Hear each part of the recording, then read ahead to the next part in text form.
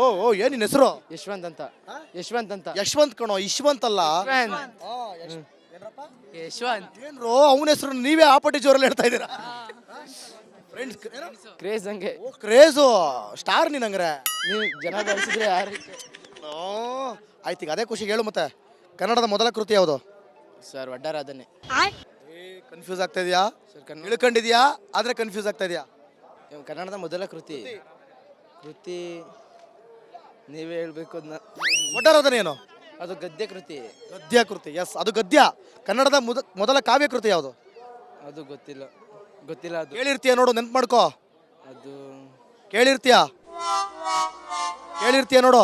ಅದು ಗೊತ್ತಿಲ್ಲ. ನಿಂಗೆ ಇದು ಕೊಡ್ಲಾ, ಕ್ಲೂ ಕೊಡ್ಲಾ? ಮಾರ್ಗ. ಮನೇಲಿ ಅದ್ರ ಮಾರ್ಗ ಅಂತ ಬರುತ್ತೆ. ಕವಿರಾಜ ಮಾರ್ಗ. ಹೇಳಿದೆ ನೋಡ ಈಗ, ಕವಿರಾಜ ಮಾರ್ಗ ಅಂತ.